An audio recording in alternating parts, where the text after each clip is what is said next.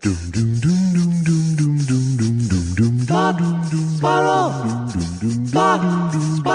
2 Jews, 2 mics, 2 hours, starting now. I'm sorry about that. No problem. I'm just reading up about the Fogartys. So, the Fogartys? Oh, I guess, what's so funny to me is that I assume that you know what I went through last night and that you read my tweets. No, I did not read your tweets, but all I know is what went on last night is that you got sick and then you're feeling better, but not 100%. Not 100%, but... What happened with the Fogartys, Andy? Okay. I was not feeling well and I couldn't sleep. And then I was on Netflix and I saw a documentary about CCR live at the Royal Albert Hall. Uh-huh. And I'm going to be totally honest with you, Josh. Sometimes I'm not honest with you. Uh-huh. If I want something from you, for example. Sure. I understand it's strategic honesty, but that's okay. I've always had mixed feelings about CCR. I loved Who'll Stop the Fakakta Rain. Uh-huh. I even like the Midnight Special. Okay. And other songs that they've done. Sure. And The Bayou. Uh-huh. I guess I didn't know that asshole was from San Francisco. Really? Yeah. He's from San Francisco. Uh-huh. And he's all of a sudden, okay. So I just saw that it was a terrible documentary because what do you think I wanted to see watching a CCR documentary? You wanted to see all the fights with Saul Zaentz and each other. Now, who is Saul Zaentz? Saul Zaentz was their, I think he was manager that became publisher. Yeah, he was with a company, right? Yeah, I don't know. I don't know the entire story, but Fantasy Records. He had Fantasy Records. He was the Fantasy Records guy. The label that released the band's 7 studio albums. Right. Okay. He's the head of Fantasy Records. Right. So not a manager. He was always the suit. Yeah. And he became John Fogerty's mortal enemy. Right. And Tom Fogerty's friend. Right. That's what I'm reading about here. Yes. Tom Fogerty sided with Saul, which did not do good things for the brotherly relationship at all. Now that's your sibling rivalry. Yeah. So was Saul a bad guy?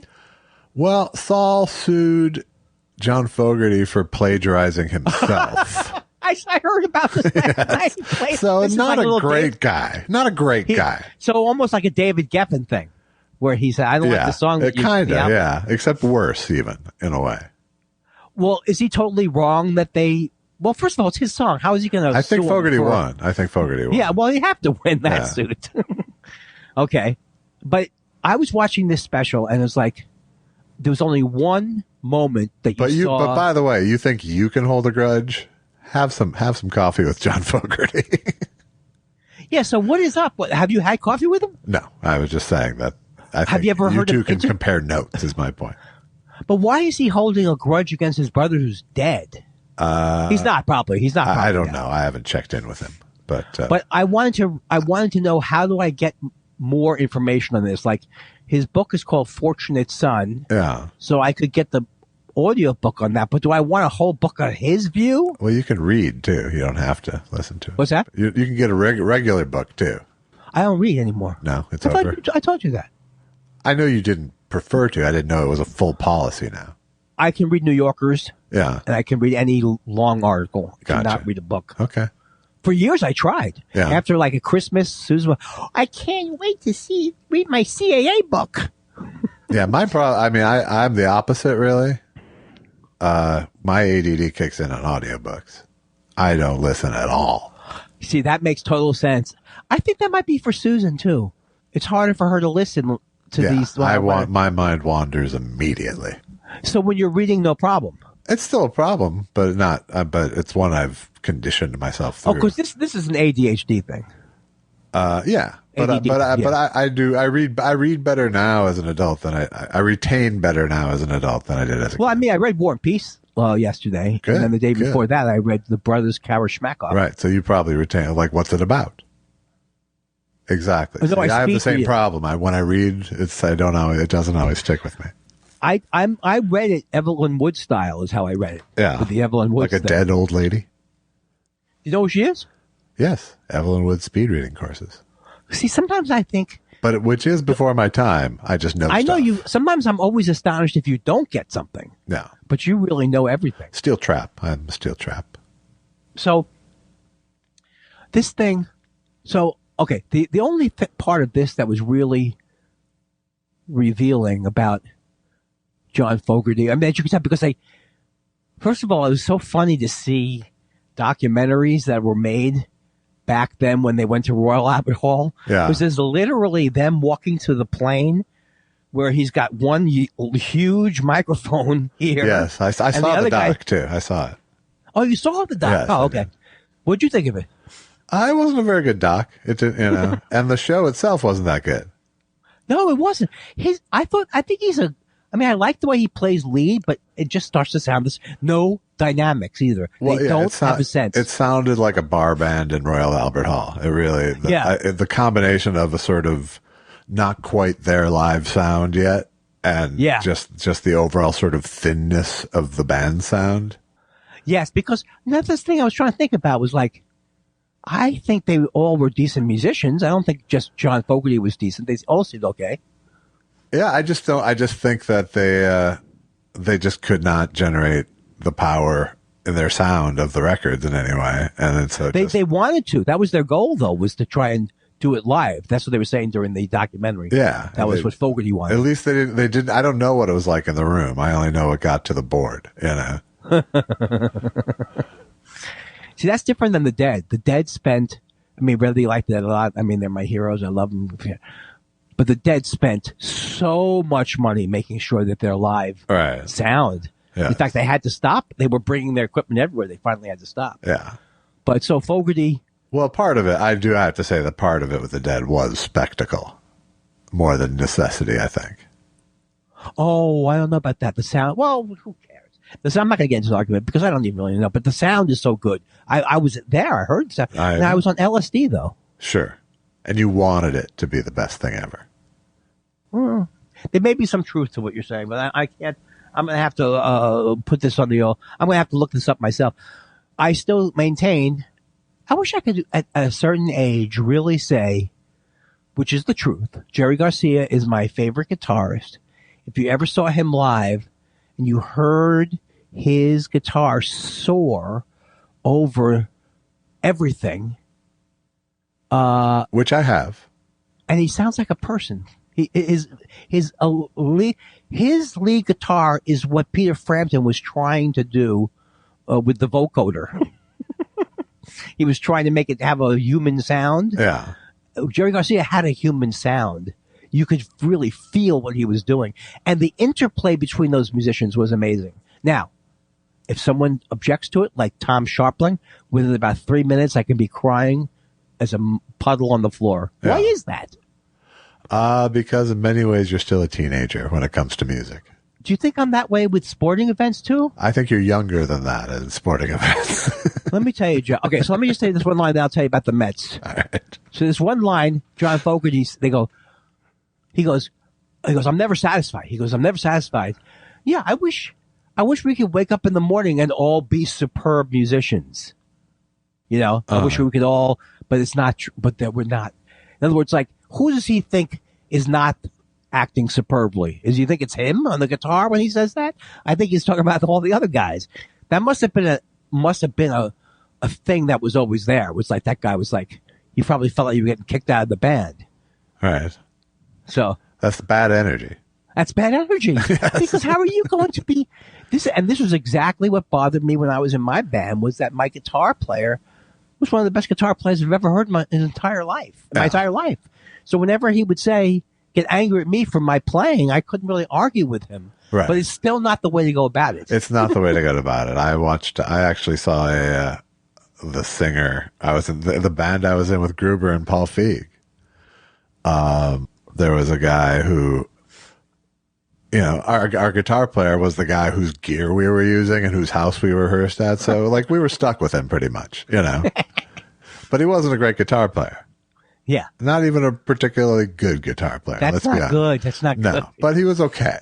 His time was good enough so that it was all fine. And there was is timing not the main thing? But drummers, when he soloed, it was a sad, sad thing. Can you recreate what it sounded like? I was like, just think of it all within one basic. I lost my headset. Sorry. Think of an unconfidently played blues pattern that doesn't leave a single octave mostly. That sounds like the first 5 years I played guitar. Yeah, me too, which is why I never have played a solo in the last 25 years. So it's bending the third. It's bending the third a lot. A lot of that, But and he's white, and he was white. I bet he was. Right? Oh yeah, he was white. So not that much bluesy.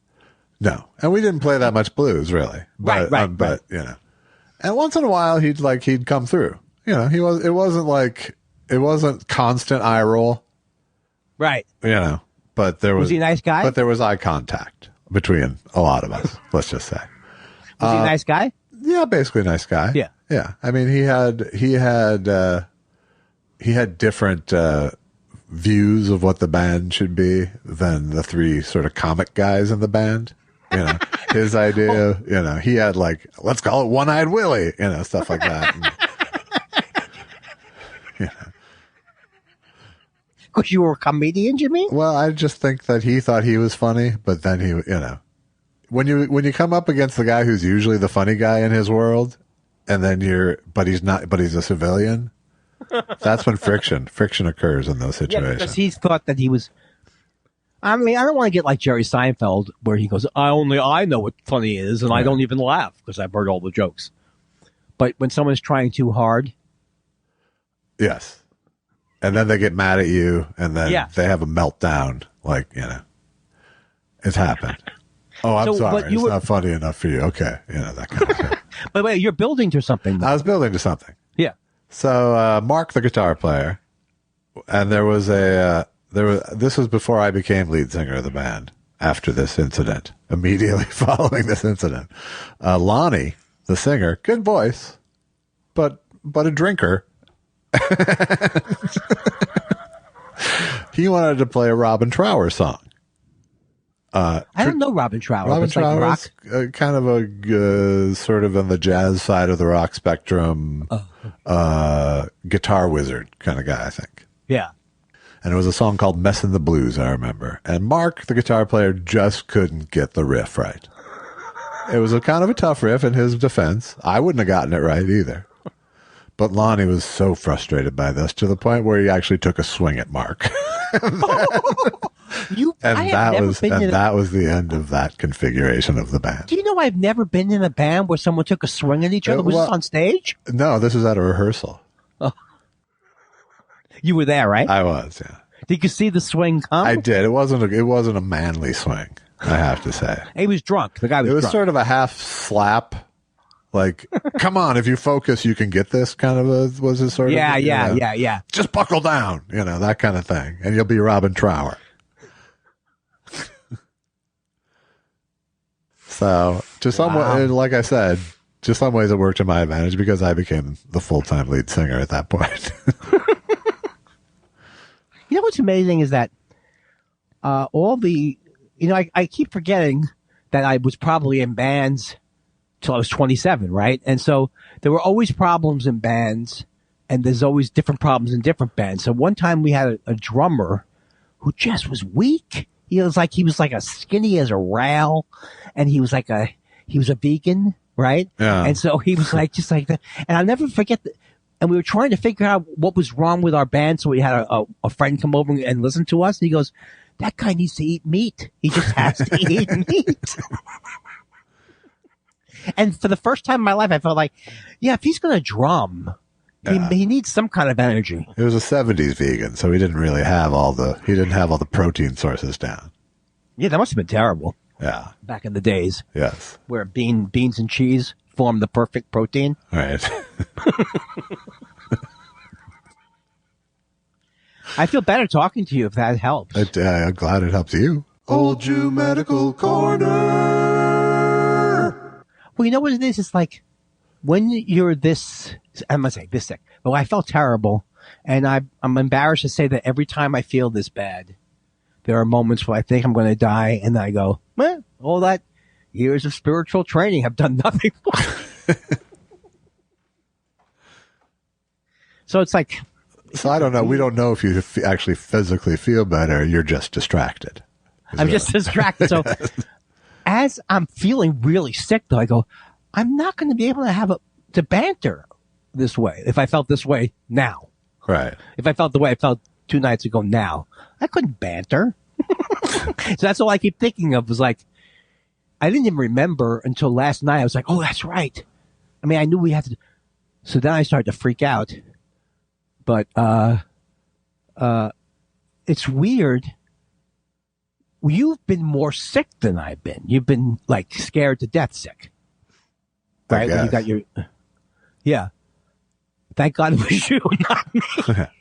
I don't know if I was scared to death, but I was closer to death than you. But was there ever any time like you were saying, I can't, it's too much? Probably a little bit, right? Maybe a little bit. Yeah. I mean, I'm having surgery dread right now. I know. I probably shouldn't even talk about it. That's okay. We haven't actually talked about it before on the show, as far as the listeners know. So can we talk now about? We can talk now about it, since this will air after the surgery itself. Yeah, I'm having a third back surgery this week, but it's hopefully minor in that it's just a bone spur that's impinging on the nerve. And was it always a bone spur? Is he saying? No, I mean there was a big blown up disc going on. Oh, right, okay. But the bone spur has been the problem since the last operation. Wow! So now I feel very optimistic about it. I'm 50-50, just because I'm in fool me once, fool me twice mode now. I'm on 3 times. I don't know how I'm supposed to play this.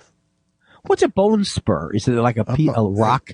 It's just it's a piece of bone that grows out of its normal shape, essentially, I think. It is amazing. Well, now that I just realized it, I realized that the reason why you have to have that kind of pain is because your inner body is saying there's trouble. My inner body is saying come on, trouble. I'm trying to come up with my theories of the body. It's kind of a Mother Nature thing. Yeah. So in other words, it hurts a lot because it's in your spine. Normally the pain, I don't know if you're it doesn't hurt a lot necessarily because it's in my spine. It hurts because the nerve that goes to my legs runs through my spine. That's not fair. You see, that's the thing. I really feel that they made a lot of mistakes when did they make the human being? When did they make it? They constructed I believe the first manufacturing plant opened around 1910. So there were right not next door to the fruit gum company. That still was the worst name for a band, except as a kid. It was fascinating. Sure. There's a whole world going on behind that name. It's not just 5 super stoned guys.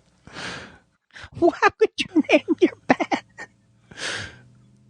First of all, hey, we're all hippies, man. Oh, I guess there was kind of a throwback thing sometimes during the hippie thing. Let's throw it back to older images of.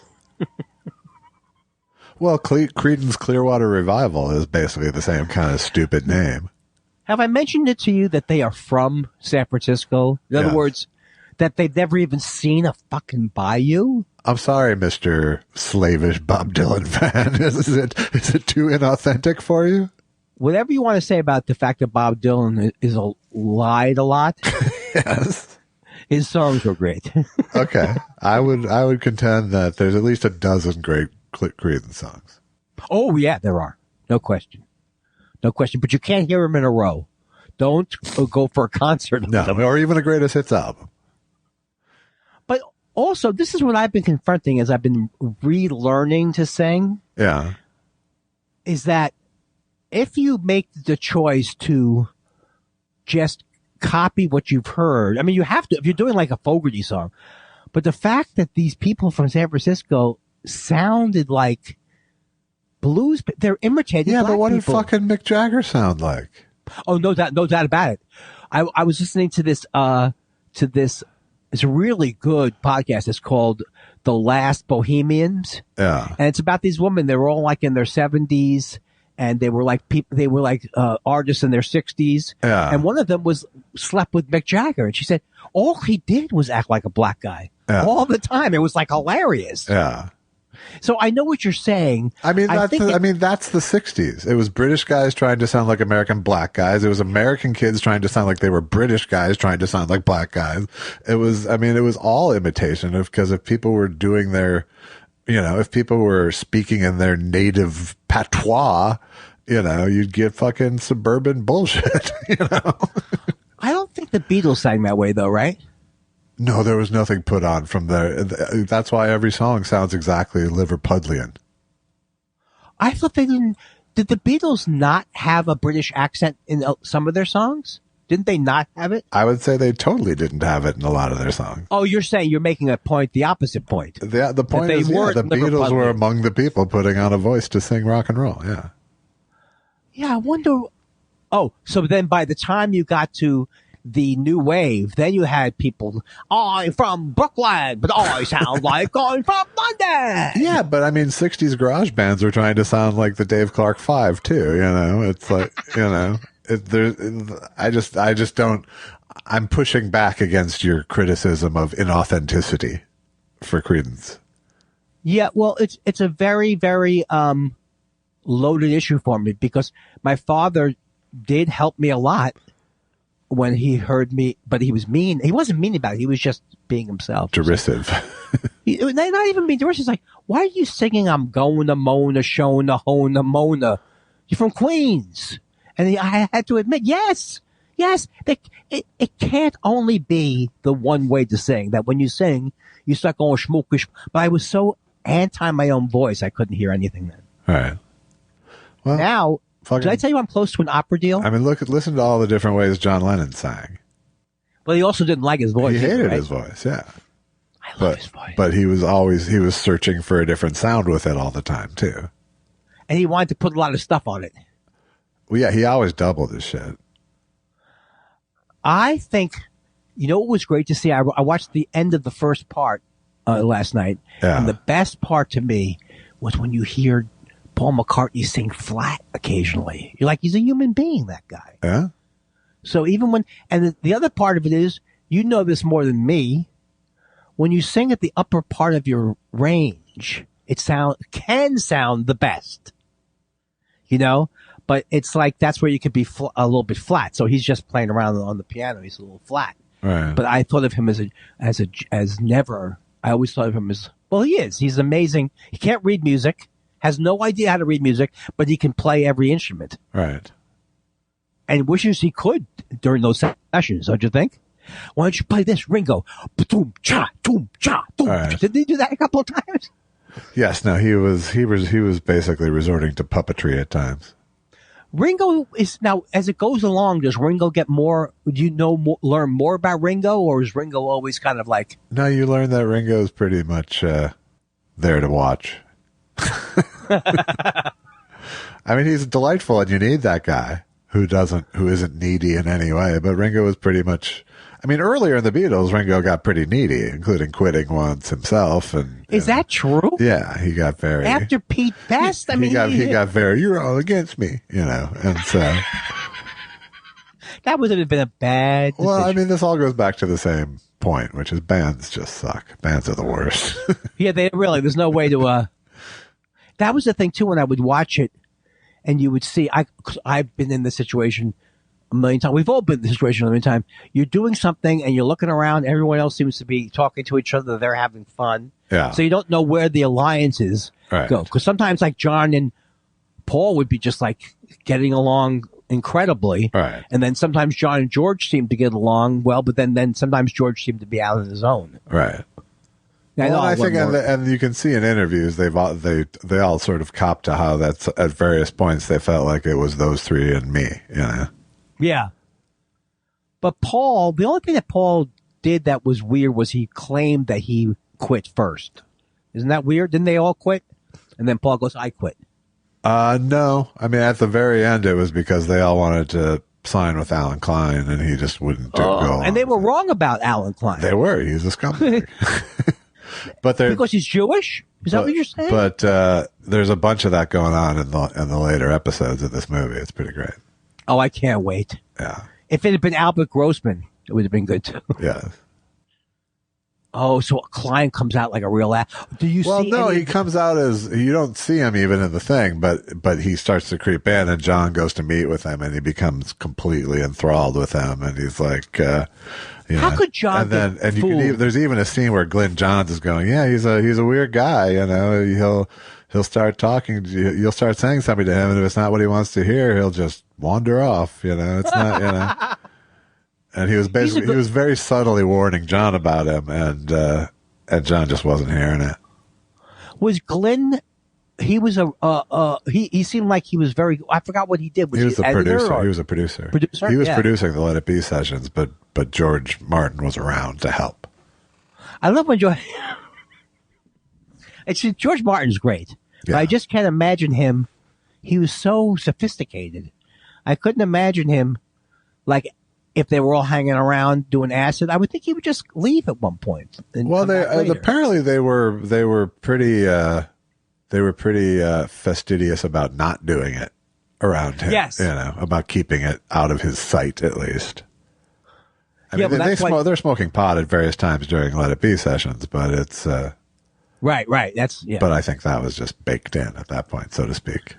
I remember one story, because I've read it in different books, about John Lennon thinking he was taking maybe amphetamines or something, and he took acid by mistake, and they ended up on the roof, you know, hanging around. Well, I think George and John got slipped acid by the first time they took it, they got slipped it with by their dentist. I think so, yeah. That's right, yeah.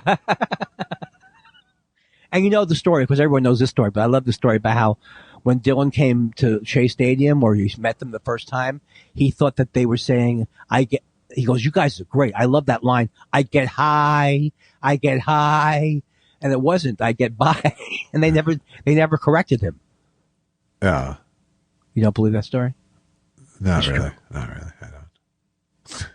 Why can't you listen to one of my stories and just go, oh, that's good. Someday. Not today? Not today. Maybe once my back is fixed. Oh, I also thought it was fascinating to see when Linda first comes in, and then I looked in the credits, and there's a song. I don't know if you know it was written. The song is called John. It's written by Yoko. Yeah. It's when she's going, John! They listed all those as songs. They did. Yes. All right, I'll stop getting obsessed with them. So let's go to the Mets now. You warned me. You said, don't let it... Well, you couldn't have known they would get swept. No, I couldn't have. You know what the thing is? My whole life, I've had people... Like when I was a kid, Kenny Gordon was a big one. Why are you rooting for those stupid Mets? They suck. So my whole life, I've been feeling like I'm rooting for the wrong team. And then I realized that I would get mean. So like yesterday, I was like, God damn it. And I just had to I couldn't take it anymore. They were winning 3-1. And I just went into the room. But the truth is they're both great teams. Yeah. And I think the Braves might have better consistent pitching all the way through. Yeah. But my image that the Mets are going to collapse because the Mets always collapse. All right. That is not true. Even if it happens, it isn't. I know I can't tell with your face, but it's not true. It's my own projection of how I would get mad when I was a kid. I guess. I don't know. I mean, I watch the Twins and think they're going to collapse. You know. Yeah, but same with the Vikings. Yeah, but if you watch the Mets on a regular year where they're doing shitty, that's one thing. But they happen to have a great manager. You know, the Mets haven't been like the Jets. The Jets don't seem to have had a great organization many times. Wait a second. Wasn't it the Mets guy who became the ambassador to England for Trump? I think so. Yeah. You know, or is it the Jets guy? I don't know. But through their different years, they've had great managers. You know, they have, you know, it's not always to be said that the whole organization was bad. They always had good pitching. Yeah. So, on a year like this year, Yeah. 31. on a year like 32. on the year like this year, 33. they're actually good. Uh-huh. So if they lose, Josh, you didn't even have the energy to do a good. First of all, why would anyone sleep on the microphone? That's not comfortable.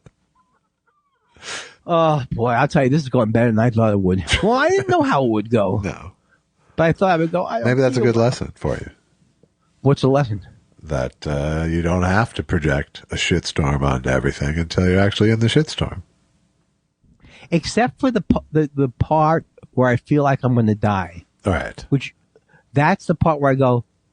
And here's the thing that I know it's all like, what is it called when you think you're sick all the time? Hypochondriac. Yeah. But it really did make me feel more sad for my sister, because my sister felt that way almost her whole life. You know, she had, from an early age, all kind, you know, from after the diets were forced on her, from that time, and her metabolism was ruined, she always was in terrible pain. And then when she got diabetes, she was in terrible, I mean, she was sick all the time towards the end. And then she would be spending half the year in hospitals because she was bleeding internally. So it made me feel like, holy moly, that woman was pretty fucking amazing. That she was able to not, you know, be at family gatherings and do things that when she was just feeling awful. Right. But she didn't make her whole life about that, when possible. When possible. Right. Right. It's weird, man. But everything is projection, because like I feel like if I felt this way like I felt Sunday every minute of my life, I just commit suicide. Yeah. But you know what helped my sister? She was extremely bright, very bright, and she loved reading. So she would read all day, I mean, she had things to occupy herself, you know? Yeah. She loved being a teacher too. I mean, a principal and a teacher. So anyway, that was all. Yeah. That's it. I just realized, like, you know, I mean, everybody has this in their family. Not everybody, but many people have this in their family. Like someone who's been sick their entire lives, you know, sad. I mean, it's hard. But she was happy. My sister was happy. That's the thing that's amazing. She could be very happy. You know? Right. Well, and I think, you know, the sort of tribute to her is to examine and learn from her, you know? Yeah, that's true. I really do love my sister a lot. No question. I don't know. I'm not getting that from you. Well, the one thing I didn't like about her, she was weak. I could push her and she'd like go down the stairs. You know, I watched a lot of this true crime thing. I got to tell you, I'm beginning to think that most people don't just fall down the stairs and get murdered. You know what I mean? Like, if they fall down the stairs, you could get hurt. All right. But all these people end up, well, they fell down the stairs. No, something else happened. All right. That got them down that stairs. All right. I watched a good true crime. Oh, I watched the, you're not going to watch any of these. The Son of Sam thing is fascinating. Yeah. Do you know anything about it? Just what my dog told me. Did I ever tell you that joke? I don't know who the comedian it was, but the joke was the comedian said, look, if your dog is telling you to kill someone, that's the time to go bad dog. Train them out of it. Bad dog. No. What are you saying, Sam? You know, my father was the son of Sam. Was a son of Sam. No, I was trying to make the joke again. Yeah. The son of Sam. I don't get it. Kindler. Sam Kindler. Ah. It's weird to watch. Really? That was a setup? Well, it was a setup for disaster. It was a setup for disappointment. What were we talking? Oh, so anyway, this guy It's a really fascinating documentary. I thought it was great. The guy's name is Maury Taylor, and he was. You know how, remember there was the Satanic Panic? Sure. You remember that part? Sure. Yeah. So like everybody thought everything was satanic, but in this case, David Berkowitz really was involved in these different things, and it does really look like there were other people involved with him, because one guy got shot in the head. He says, I did not get shot in the head by him. It was not him. But they were all together. So it's really, but then the guy died, and he got, Maury Taylor, he got obsessed with it to the point where he killed himself. Huh. Like, not killed himself, but worked so hard, and you can't get, I've never had this where I got obsessed with one thing. I'm sure you're going to tell me I have. But this ruined just like his whole life. He was like, he was disappointed that he couldn't, but it makes me want to go back into the case. Well, if you do, maybe you can explain it a little better than you just did, because I'm unintrigued, I have to tell you. When have you ever been intrigued by one of my descriptions? No, there's some deep shit in your family that I was kind of into. It sounds very uncaring, though. Oh, yeah, maybe that I erred on that side. You haven't even said to me anything about my new surroundings. You're in the living room, I see. Yeah, and I wanted to ask you, does it sound better here, or you can't tell? It sounds the same. It sounds like your mouth up to a microphone. Yeah, but my router's in there. My router's there. Yeah. So sometimes I feel like when I'm in the office, I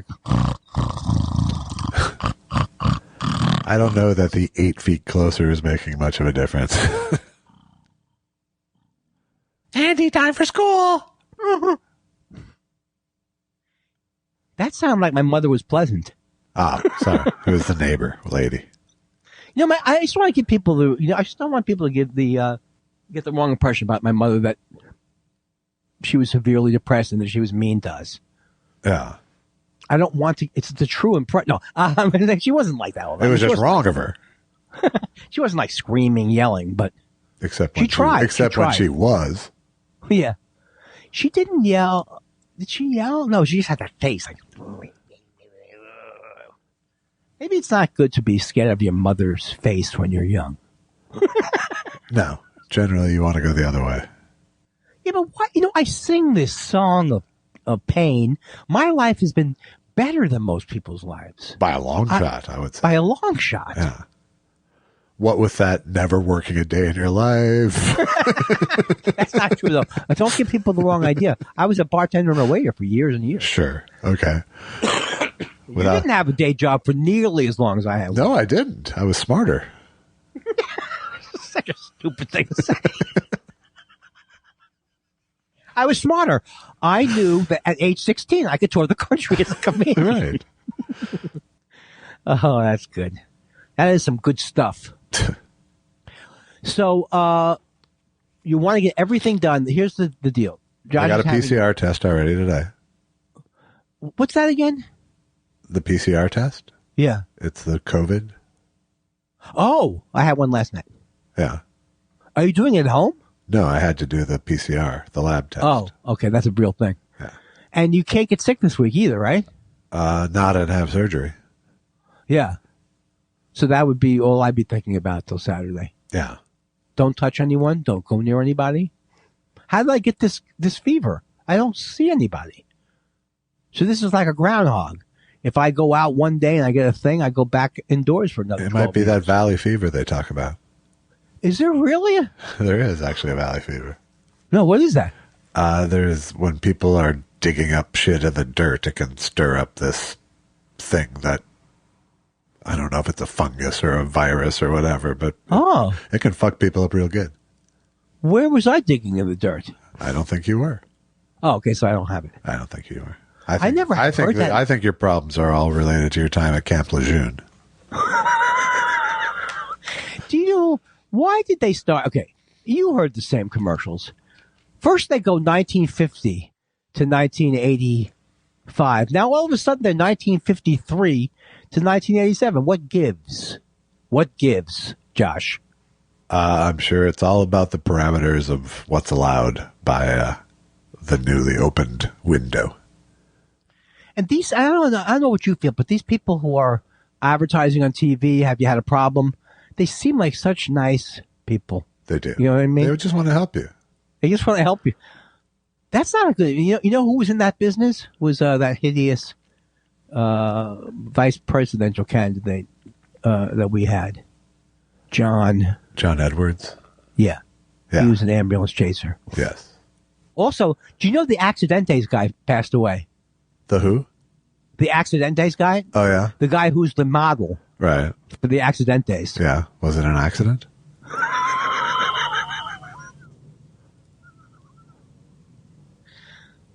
I had a good joke. But I thought, the thing is, I come up with these good jokes and I'm on Twitter. I'm watching a ball game on Twitter and I realize I'm not that funny. Whatever you do, when you dig in on Twitter, well, you probably don't do it as much as I do. You dig not. In. No. You dig in, you're going. And then it starts to drop off the quality at some point, even though you think you're a genius. Yeah. So did you get into some sort of CCR battle on Twitter? Oh, no. People were like, no, just, I think I'm actually able to say things that I used to say that would get into fights that are just my opinions and then not get that upset about it. Like last week it was Beck was your problem. Yeah. Until you got pushback. I think if you take away the album Loser, what the fuck is that? I mean, that's enough. I don't have an album like that. But why? Why the I did finally see that promo, by the way. What'd you think? Yeah, I thought it was not a good cover. I didn't feel like it was blasphemy, but I also didn't think it was a good cover. Sound like he was just imitating Neil Young. I don't know. It didn't feel like an impression. It just felt like that's the range of the song. Well, the worst. It's not like his voice is operatic either. No, but if you can do a commercial and you see people think he wrote that song, obviously, right? No, I don't think so. I don't think they do think that. It's a really famous song. It's also a terrible, terrible promo. I don't not want to have Patrick Mahomes go, "You're the GOAT," to Tom Brady. And let me tell you something. This Tom Brady thing is the greatest thing I've ever seen in my life. This asshole, I know you can argue with me. Tell me again why you say I'm going to retire, and then you don't come back 3 years later. You don't leave. It is unacceptable. His wife was not at the game yesterday. He you know what else? He stinks. He's starting to stink. You think he's great because he's so handsome. You know how old he is? 45 years old. 45 years old. You know how old George Blanda was when he stopped? 52. Yeah. But you know what George Blanda was doing? Kicking. Field goals. He was kicking, yeah. Yeah. I will predict this year that Tampa Bay is going to get trounced. And I'm sure there were people on Tampa Bay. You actually sound like a fucking bad sports radio guy, by the way, right now. Like Jim Rome? Trounced, I say. They're going to get trounced. Of course, I'm always wrong. Everybody knows I'm wrong. Yes. But let's say I'm right. Everybody does know that by now. I know. But don't you think if I'm right, though, it's going to be a great year to watch? I'll watch any game with him. How about that, Andy? He predicted the downfall of the 45-year-old quarterback. What a genius. Okay, well, either you don't know what the story is or you haven't looked into the story, but why would somebody endanger their marriage over this? Because I think he was confident that he wasn't endangering his marriage. But she won't show up at the games anymore. Does that mean his marriage is not intact? No, it means she doesn't want to spend her Sundays doing that shit anymore. Susan made the point that attractive people like those two people, yeah, kind of look a little like each other. But I don't attractive, think I think is what the through line is. No, but it's almost like a dog in there. You know how dogs look like their owners? Yeah, that's not true either. No, that's not true. No. You think if I started with are truisms wrong, or are they just generally right, but they don't always? No, work? I think actual truisms are generally right. Ah, okay. By their nature. So in other words, the fact that I'm Jewish, but generalisms tend to be off. But the fact that I'm Jewish means I couldn't play basketball. That makes total sense. That does not make sense at all. How many big? Okay, name me 10. Okay, name 10? me 5. Name me 3 top-notch Jewish basketball players. 3. Well, if I can go back to the 50s, What do you got? I can give you a bunch, but I'd need an almanac. Well, don't forget, Abe Saperstein was the coach of the Globetrotters. That's he was right. a Jew. Yeah. How about Red Holtzman? A Jew hiring a bunch of black guys. What? I love this. Did I ever tell you the story where Sarah Silverman told me that she had, I'm not name dropping, but she said that she had gone on a date with Ari Melber. Yeah. And I guess it wasn't a love connection, but at one point he goes, yeah, it's kind of unusual. I kind of, it's like you don't really see this a lot, like a Jewish guy who's into rap, right? All right. And she goes, what? I'm kidding, Sarah. I'm kidding. Because there are Jewish people. I mean, there are people in them. Yeah. Sure. I don't know what I'm saying. I feel like I think I woke up with some racist's playbook. Not me, no. No, not you. Not me. Oh, here's the other thing about Son of Sam. I never thought that Abe Beam was a real mayor. I thought he was just like a guy I heard about. But it must have been when I moved out. When I moved out to L.A., Abe Beam was mayor. Well, there was 77 was Summer of Sam, right? Yeah. You know what? I was upstate. Upstate at school. Did I tell you I'm glad you clarified that it wasn't prison. Did I ever tell you that my father was the Son of Sam? You did tell me that earlier, yes.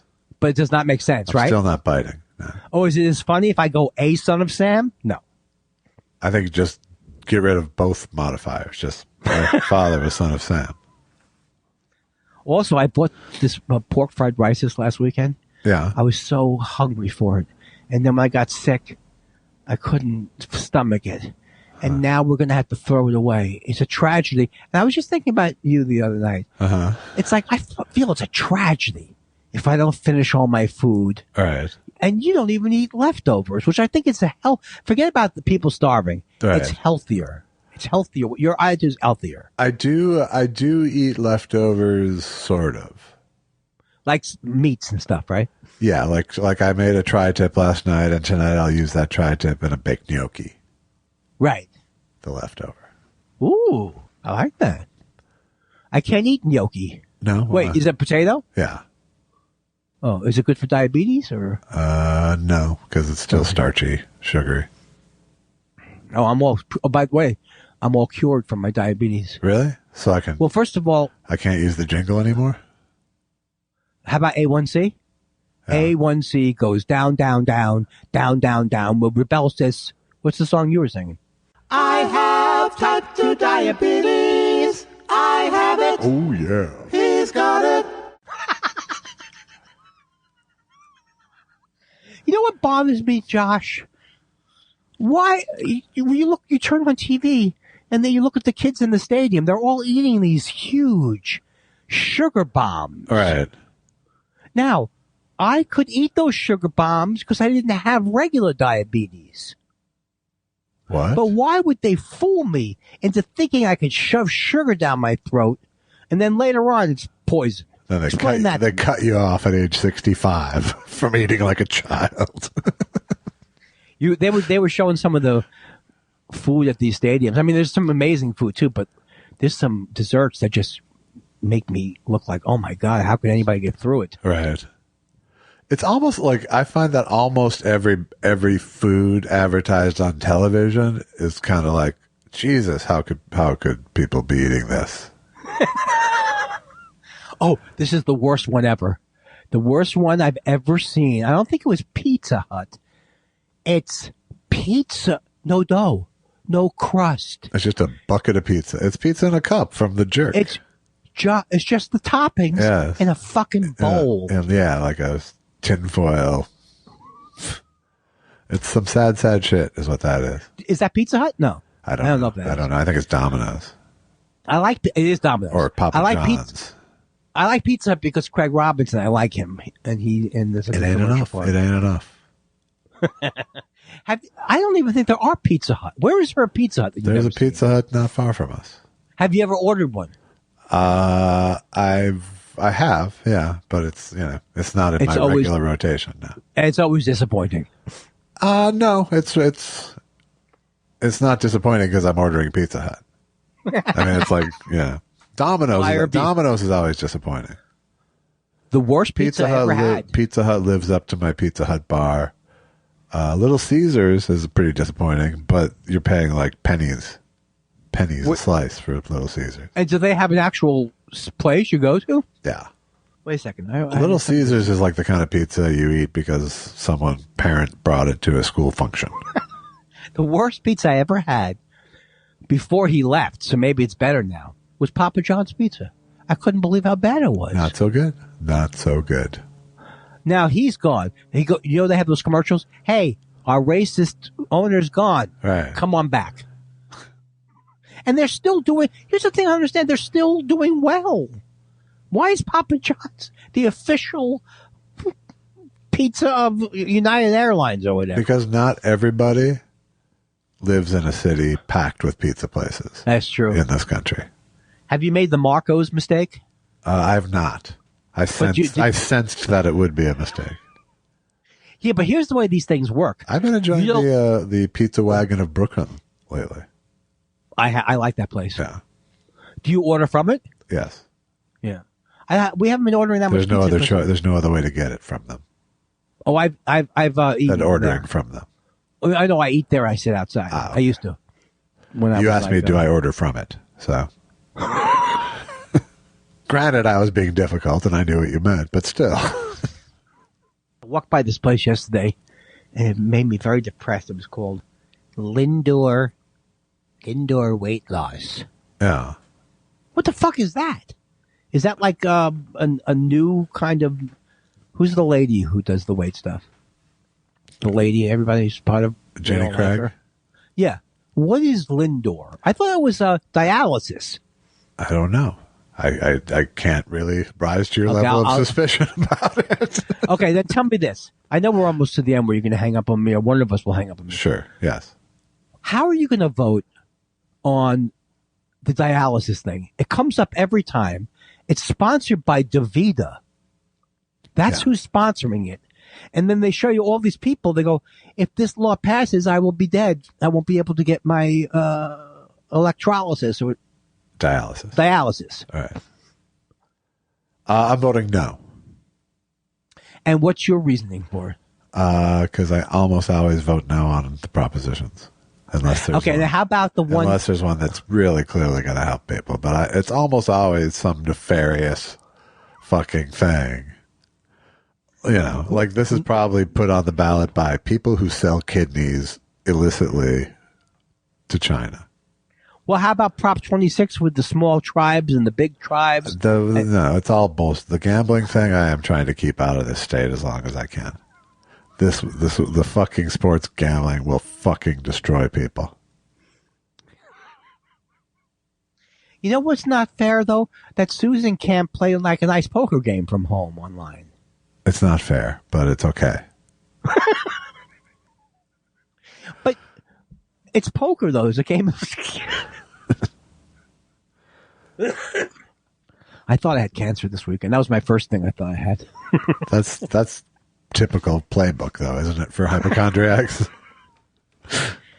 You know, I'm beginning to think that movie Silver Linings Playbook wasn't very good, because I can't remember one fucking scene from that movie. Yeah, but that's true of every single movie you've ever seen. Oh, no, I remember every scene from Ordinary People. Do you? Well, it's not my favorite movie, so. Yeah. No, the movies I love, You won't even remember this happened.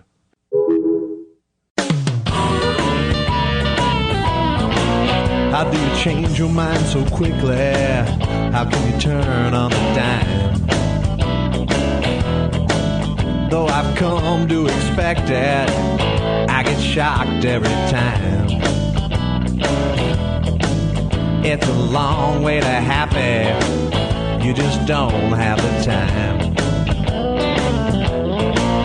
How did you get wound so tightly? Is it some kind of disease? When I offer to help you, it's like I'm speaking Chinese. It's a long way to happy, so get off of your knees.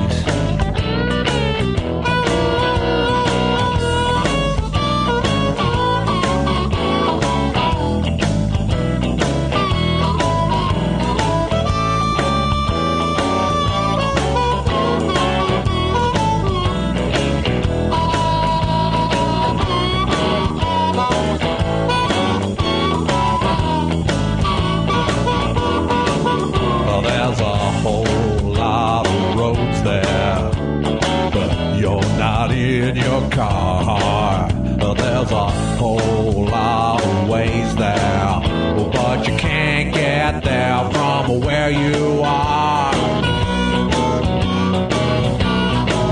How do you look in the mirror? Do you like who you see? Well, if you wish you were different, I would tend to agree. It's a long way to happy, and you can't ride with me. It's a long way to happy, and you can't ride with me.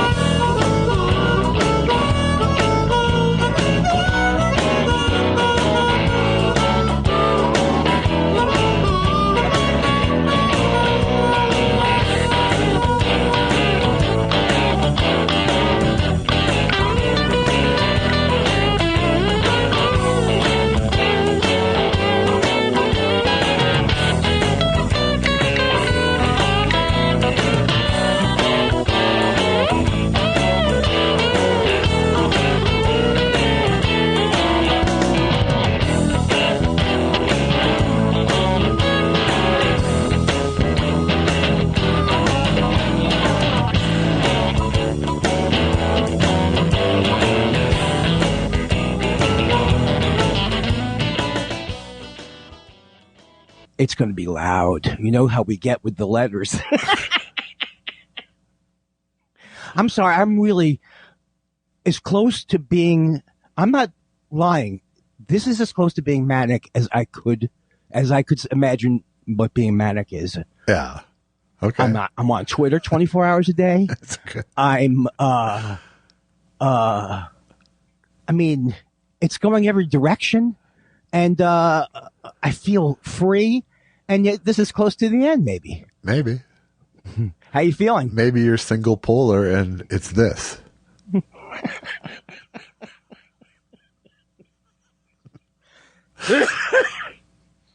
They don't have a. Do they have a word for that? You're annoying. You are monopolar, and you're annoying. Yes. Is that true? Monopolar?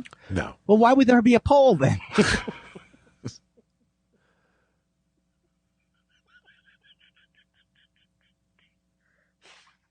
Did I tell you how Susan and I entertain ourselves all weekend? No, do tell. Do tell. The COVID test. I took to get the COVID test. I kept taking COVID. You go, I was wrong. It's positive. Or then I would go, we were holding it upside down. I have diphtheria. I'm pregnant. Like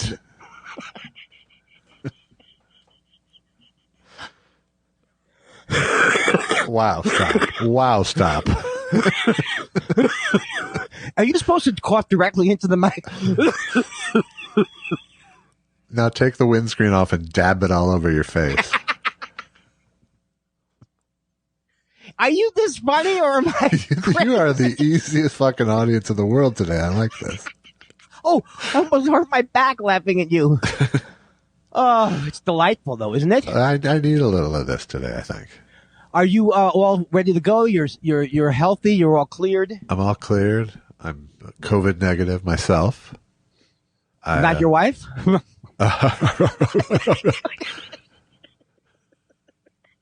Oh my God. Now, what can I do tomorrow to help? It's like drunk Arthur. What can I do tomorrow? I race cars, I fondle women, but I have weekends off and I am my own boss. Okay, I'm just trying to laugh off, Mike. That's okay. What? Do you need me to drive you? Do you need me to pick you up? How soon do you want me to call you? That would be an anxiety reliever, wouldn't it? Because I'd be so paranoid about catching something. Yes.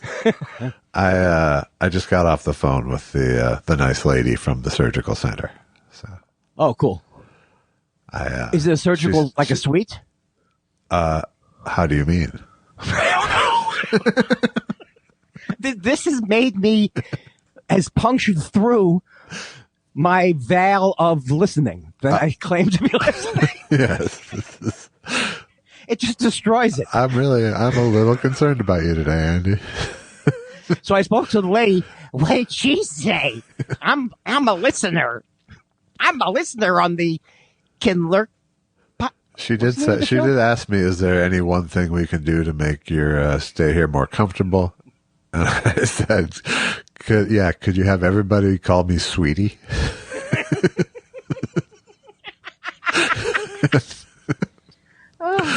And she kind of chuckled. Oh, that's good. That's good because, when you call up for those people, they're not used to people joking. No, they don't know if you're joking. And when the shit hits the fan, that's when I joke the most. So I did. Yeah. I let her off the hook very quickly with it. I wasn't serious, but. I heard a new Jewish joke. My friend Andy Levy told me this one. Yeah. The Jewish, my mother doesn't want to start drinking because she doesn't want to dull the pain. Something like that. I think I messed it up a little bit. Yeah.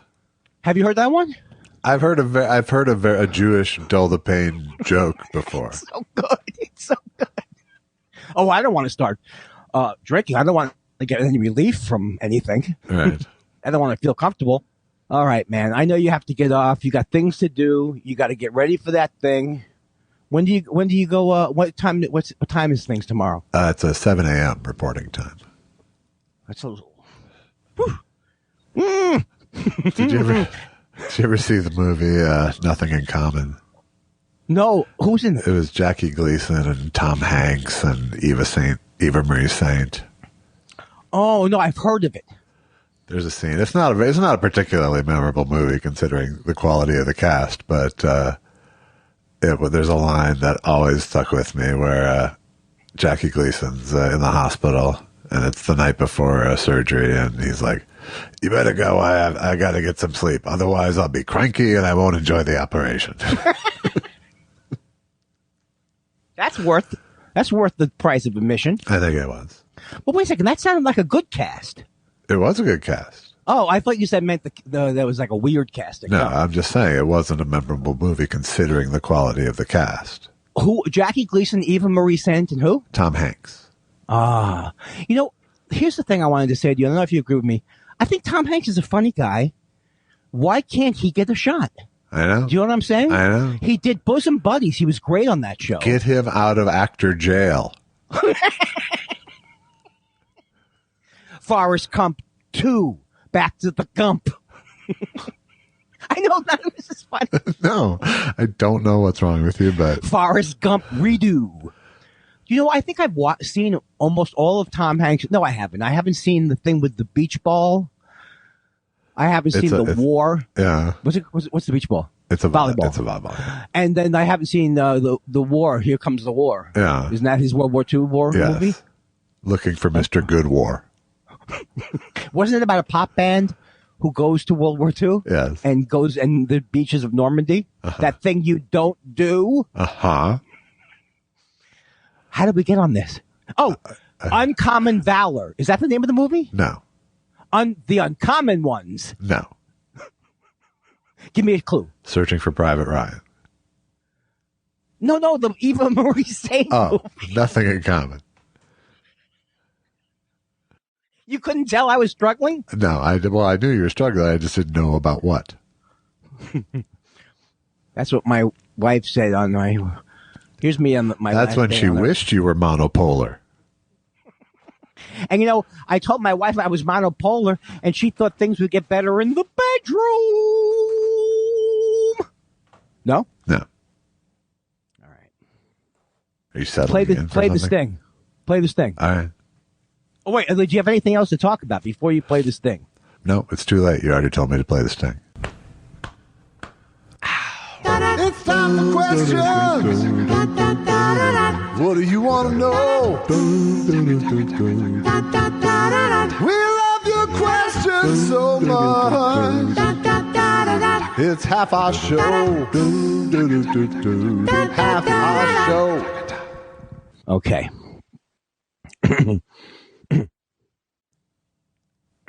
Pickle says, wild to think there was a time when we spent a lot of time considering the capacity of woodchucks to chuck wood, knowing all the while that woodchucks cannot, in fact, chuck wood. Maybe woodchucks can chuck wood. What's chucking wood anyway? Unbelievable that I was able to read that tongue twister. I'm very impressed at my reading skills right off the bat. And I've never heard of that woodchuck thing. You've never heard of the woodchuck thing? I know the song, but I don't know that woodchucks. I thought that was like a stereotype. I think you're giving too much credence to this Pickles? Incredibly masturbatory question. This virtual waste of our time. Stop doing that. I'm living on a ticking clock here, Pickles. Okay, but just don't discourage Pickles. I love the way it sets the palate. How do even if I discourage Pickles, we wouldn't know for 2 months because like this one was written August 22nd. That's what steams me. I don't need like pictures of Pickles holding a newspaper proving that it's a current question. Pictures of Pickles made my life so wonderful. You're next, I guess baby. It's my turn, huh? Yeah, I think we should go one by one, unless something happens that's crazy. All right. BD West says, Andy, if you can identify a curveball, spotting a screwball is easy. It simply breaks in the opposite direction into the hitter instead of away from, and frequently stars Cary Grant. I like that. Don't you discuss? He's upset because his. No, that was a real laugh. That was a real chuckle with the Cary Grant joke, the screwball. Oh, that was good. The screwball Cary Grant joke. Just so I can thought you were mocking. you. See, I thought you were mocking him. I thought you were mocking me, Josh. I thought you were mocking me. God, I'm so sick of him doing this, Susan. Susan, he's doing it again. Yeah, Andy. He's doing it again, yeah. Okay, here's the thing. I think I could identify more pitches. The curveball is the only one that so far I can always identify a changeup. It's just slower. Uh-huh. Well, if you got curveball, changeup, and fastball down, I think you can watch the game with. But Susan keeps asking me, what does a cutter mean? And I keep giving her, I think it cuts to the left or cuts to the right. I'll fuck it up. It's got a. Did you watch anything? The Mets were unbelievable. They started their game. They're out. They're the wild card. Yeah. But they started their game, top of the first, 3 home runs. Back to back to back. BD West comes back with, for the first time. Oh, this is right up my right up my glucose alley. For the first time in my life, I have tested high for glucose. Is it all those lockdown blintzes? Am I done for? A third thing? Not a bit. BD West, can I answer first? Please, I might not answer at all. I feel you. I really do feel what's going on here. And it really is not a major problem for people, but it is a kick in the teeth that I could eat a candy apple and that just 2 years ago I was texting from World Market which gummy, which high C chew should I? And it really is that you have the gene and you don't have the gene. But I'm glad I don't have diabetes 1. I have type 2 diabetes. That's good. And also, I think you need to monitor your blood on your own. Don't go with a glucose monitor. I stop because I don't want to do that. And just see how things affect. And see how things affect. Did I say anything good there? You did. I don't think he was asking for advice, frankly. But oh, no, you're not done for. First of all, B.D. West, you're probably... He says, am I done for? Look, you're probably not done for. And if it's the first time ever, why are you worried? That's what I would say. All right, good. Sous Vide says, allow me to recommend getting high and watching couples therapy to let yourself off the hook a bit. It's so juicy, they leaven it with a panel of experts pretending to help the lead therapist. Straight out of Brooke's real life, though without the Grodin. This sounds good. Is it on a Showtime or something? I'm not sure. But it is real couples, I'm sure. I think I've seen a bit of... Well, Lisa Kudrow used to do a fake therapy show. Right. Where she was a therapist online. Okay, Andy, can you bring up anything else that doesn't relate to the question? Sure. Duckman says... Did you have anything else? No. Thank you for the recommendation, Sous Vide. Thank you, Sous Vide. I will get high. Oh, also, and watch the thing, right? My cousin, I know I'm not funny, guys. I really do know it. This is not me trying to change my hook to a wheezing laugh. Yeah. And I apologize. There is only one Rip Taylor, Andy. Have you ever seen the ad he actually took out against me? Rip Taylor? No, you do. You described it to me, though. Okay, because I think I'll take a picture of it and show it. It's Please. Really unbelievable. Oh, for sure you should. The back page before you leave Twitter. You think they'll ban me or what? No, you just declared and then pinned that you're leaving Twitter if Elon Musk takes over. Yeah, but I don't think he's going to take over. That's my hope. I think you're wrong. Oh, but then you know what? I would leave. I couldn't take the constant barrage. It's already a sewer. You're not leaving? Okay, I don't know. I'm going to wait and see how things develop. I'm not making big declarations that I'll have to eat. No, I don't think when you promise things that are political that you ever have to follow through. I think people assume you're lying. Right. They assume everybody's That's why no one moved to Canada when Trump became president. I'm serious about that, though. 2024, but I don't know where I'm going yet. Yeah. Who will have you is the question. Why do you do that to me? It's not nice. Traditionally, it's hard for Jews to get in. Into Canada? Into any country. Oh, that's true. Look, what is this? 1936? Who am I? On a boat from Berlin that Roosevelt's turning back? By the way, what? I'm sorry, I didn't mean to interrupt your gold. I didn't mean to step into your gold rush there.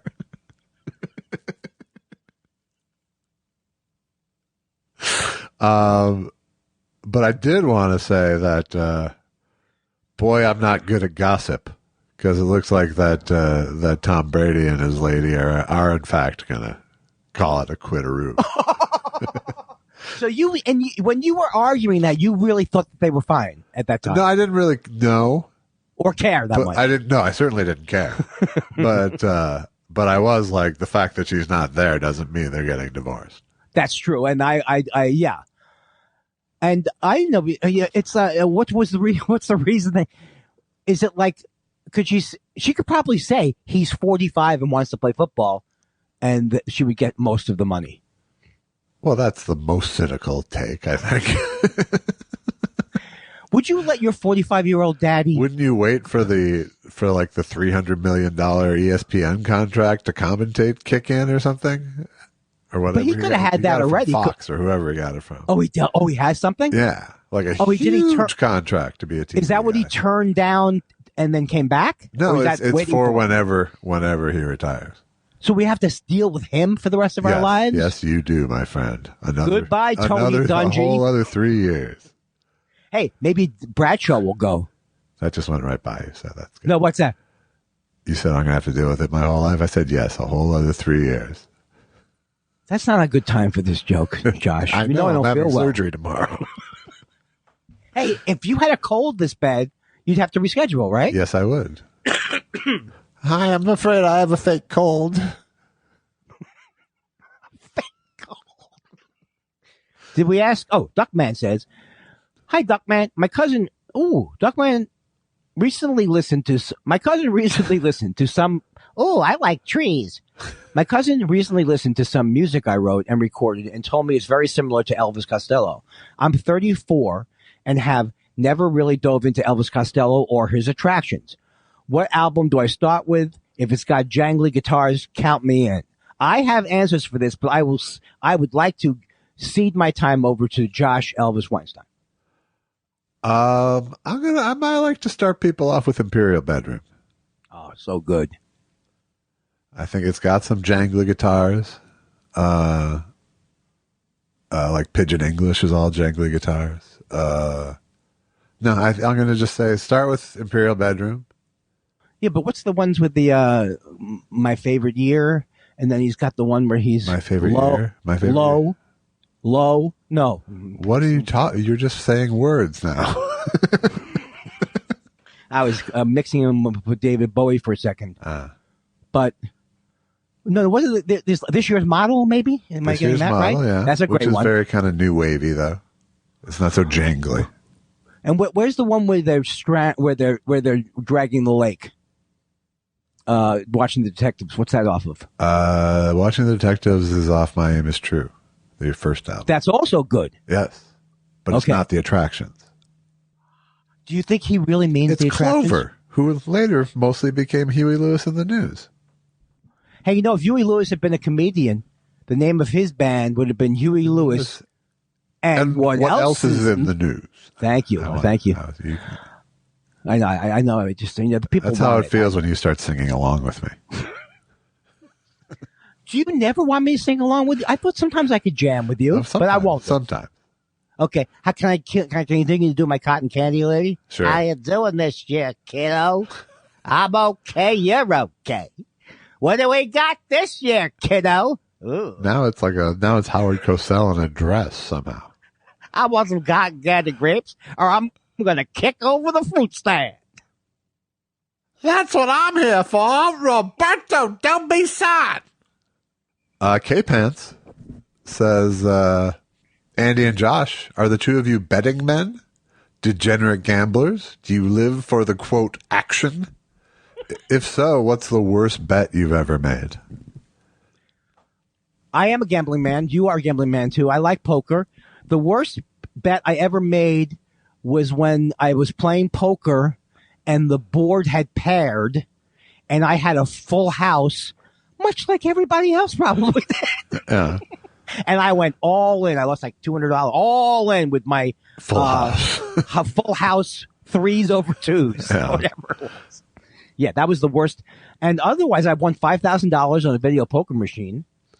And I always bet on the Mets or somebody like that. So, but I can't think of anything tragic. And do you think $5,000 on a video poker machine? Do you attribute any skill to that win? No. Okay, good. No. There's only one move you make. You always go for the royal flush. That's the only move you can make. If you have one of the royal flush, always go for the royal flush because it pays out big. Yeah. And you always put the maximum quarters in. No, dollars. It was dollar machine. I got a tax form. Really? They give it to you right there, the casino. That's kind of the only way, I guess. That's why I'm a member of the Oath Keepers. I'm sick of this shit. All right. Is it me? And I'm not a gambling guy, really. I do play poker. Oh, that's right. You don't really. You're not into it. No. I play poker, but it's not for any kind of stakes. And after comedy show, gambling is depressing, right? In Reno or... Yeah, I never play. I only played a couple times, and it was always like a one-night thing when I did Vegas or gambling. I played for years and years at the Riviera. It was a living hell every night, every second on stage. Yeah. I think our friend, I don't know, I say our friend, but I know Louis Anderson basically worked in Vegas for free a lot of years. Oh, was he a gambler? Yeah. Big gambler. Oh, see, that's trouble. That's trouble when you're talking big figures. Luckily, Josh and I will never have to worry.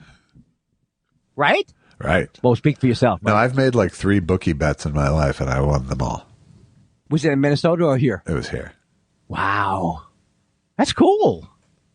I don't know what's wrong with me. It's like I have 2. And they were all through an intermediary friend. I never actually had direct contact with the bookie.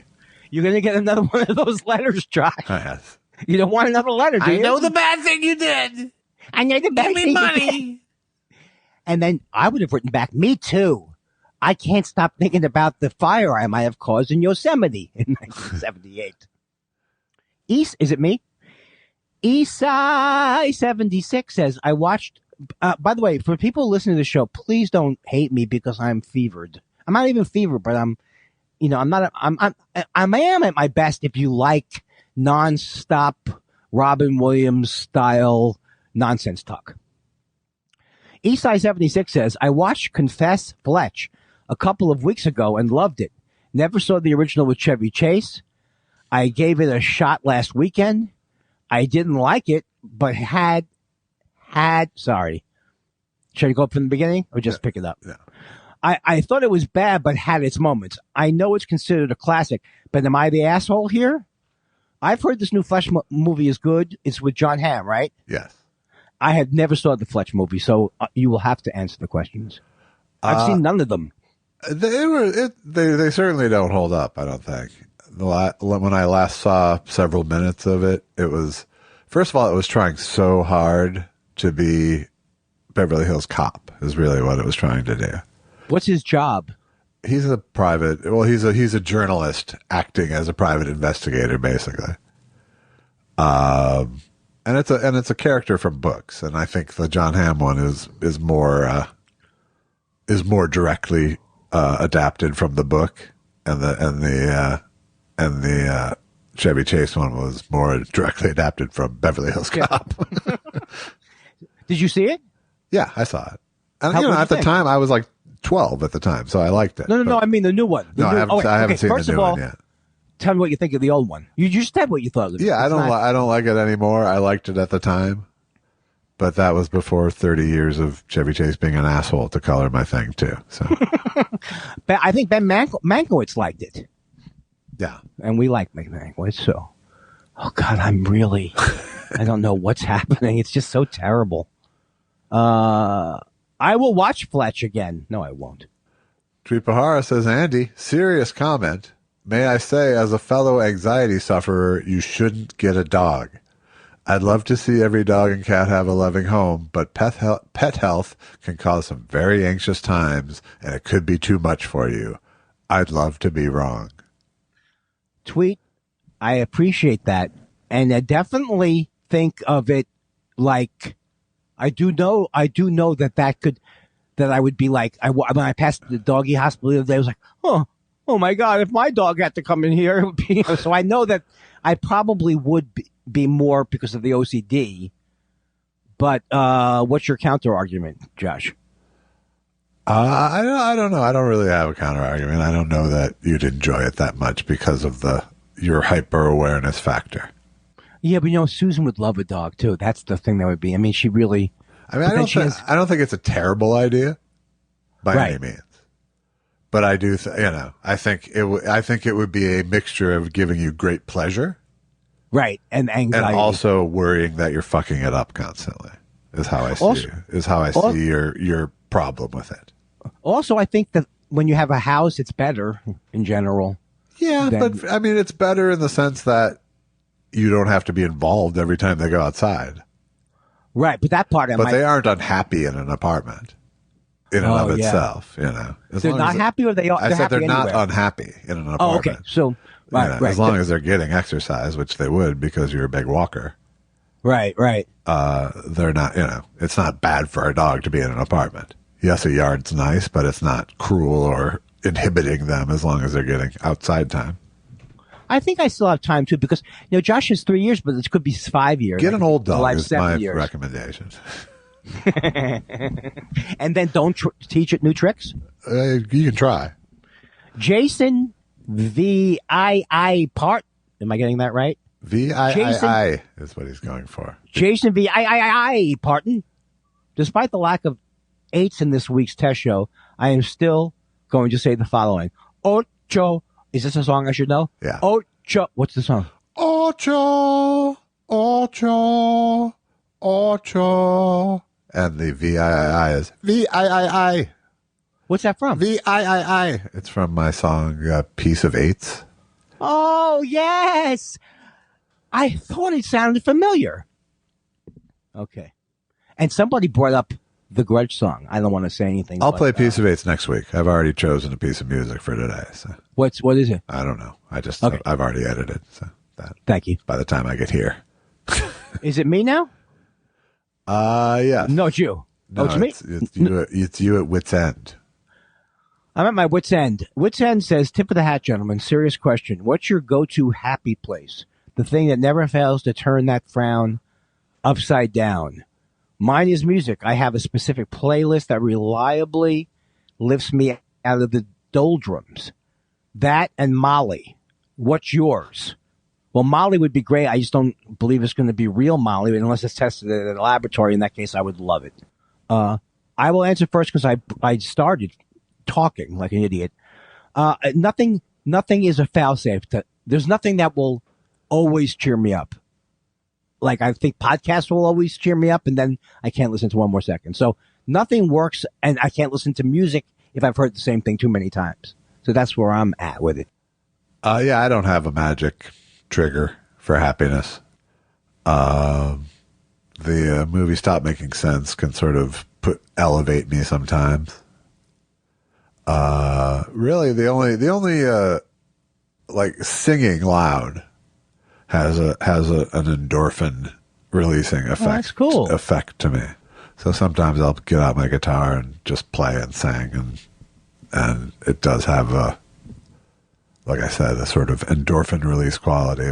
Or I'll take a drive and sing along with music. But well, yeah, the thing with ADHD people, like we both are, is that you can't. That, I think, hurts things that would maybe be like a routine that would calm you down all the time. Because my mind's constantly going all over the place or something. Yeah. I mean, I don't seek routine in any facet of life, so. Is that true? Yeah. But you up at the same time every day. You seek or you don't seek routine? I do not seek routine. Oh. And no, I'm not up at the same time every day. I'm up early now. I wanted to come up with something funny that I thought you did every day. You mean you're no longer kettlebelling in the morning? Right. Not funny? No. Oh, there's two wits ends. Wits end second query is, my friends, what determines success over failure? What explains your respective paths of superstardom, crocious riches, and gold gilt toilets versus my path to schmuckdom? Oh, it's self-evident, is it? How dare you? I think that I just heard Loretta Lynn, who I loved Loretta Lynn. I got to interview her, so I know I'm dropping a name. Yeah. But what she said was, it was really good. She just goes, you have to be great, new, or different. So she was saying in her case, it's great, different, or first. That's right. What did I say? Yeah, new. That's right. Great, different, or first. I only know that because the same thing stuck with me and went, yeah, that's exactly fucking it. Thank you, Loretta Lynn. Because she was the first one who wrote those kind of songs, not the first one, but really, from a woman's point of view, I think, wrote songs like that. Yes, she classified herself in the different category. And I will say that she was one of the nicest people I've ever met. And she's like a tiny lady, but she's like a dynamite. She's like a tiny, and this is how old I am. I was like, oh, well, this wasn't that long ago. It was like 1995 I interviewed her. That's not that long ago, right? No, not at all. 30 fucking years ago. I think we answered that pretty damn good. Oh. Christopher Citro says, browsing the mask at the Halloween store last Sunday, and his creature from the Black Lagoon, Chewbacca, Freddy, Chucky, Droopy. Oh, that hurt. The nice goth kids working there wondering, why is that old guy laughing? By the way, what's the most uncomfortable costume you wore as a kid? And then there is a picture of it's literally like a melting face, and the title of it is Droopy Mask. So. You'll never be able to think about my penis the same way if you look at that photo. I don't think any two of us think of your penis the same way. By the way, I subdivided my penis. Boop, boop, boop, beep, boop. Unfunny. The most uncomfortable costume was always the hard plastic mask with the bad rubber band was the most uncomfortable always. Yeah, the ones I did were when they dressed us for assembly day in school. That was the worst. With the starchy shirts. Not Halloween, I guess. Darren M. Crilly says, not a question, but yet another annoying request. How about another old and new mashup? Andy says, Mr. Weinstein, would you come in here, please? And Josh says, Hi.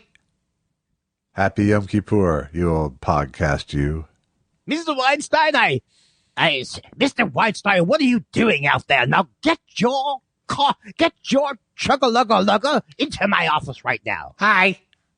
Mr. Weinstein, I have told you.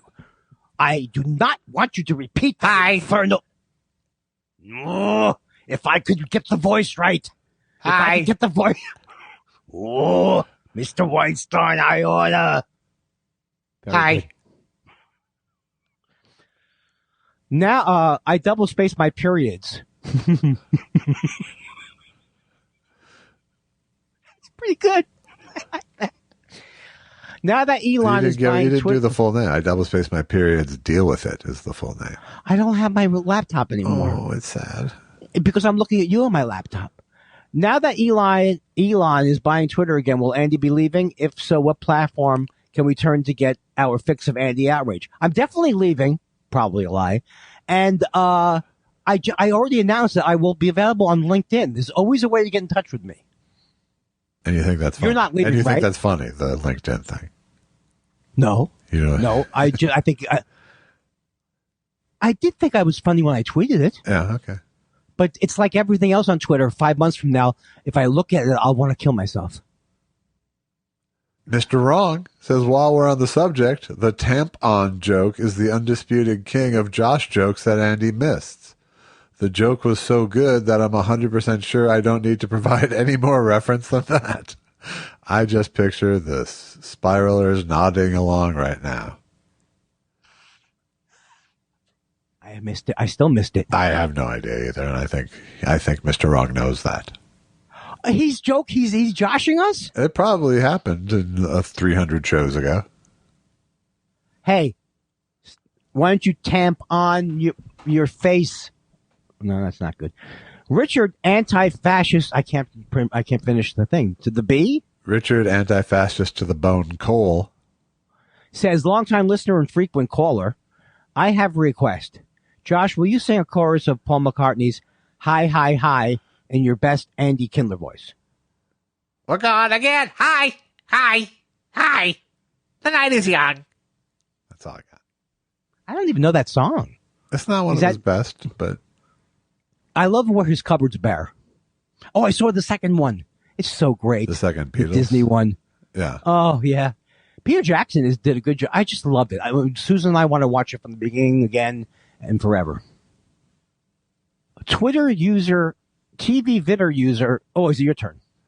I think he's going for Twitter user, Andy, a.k.a. Andy Levy, who gave you the Jew joke, says, why is Andy Kindler so terrible about returning texts? I happen to, not having seen this, but I returned his text right before the show, so I'm very happy about that. Now he thinks he prompted it.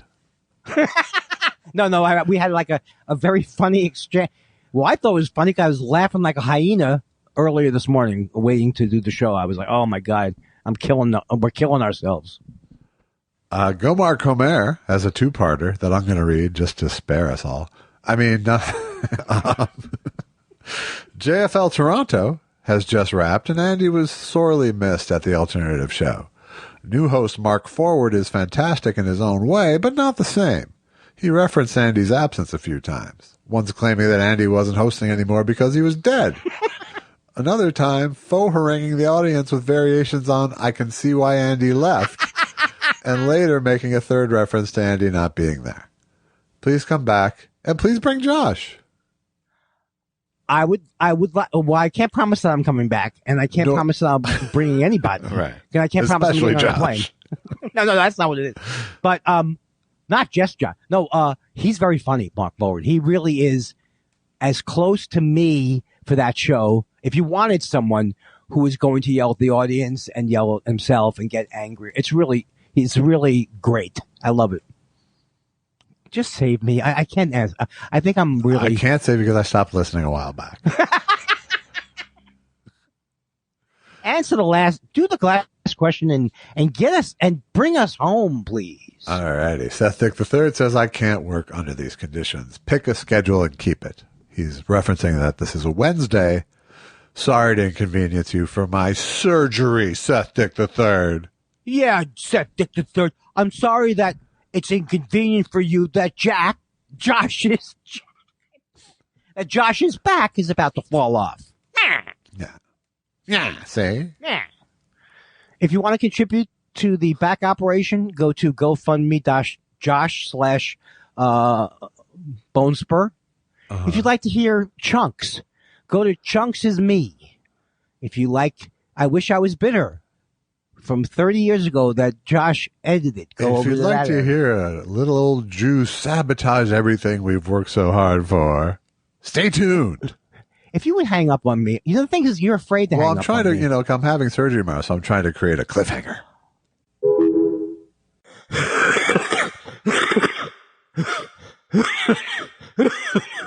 Are you supposed to cough directly into the mic?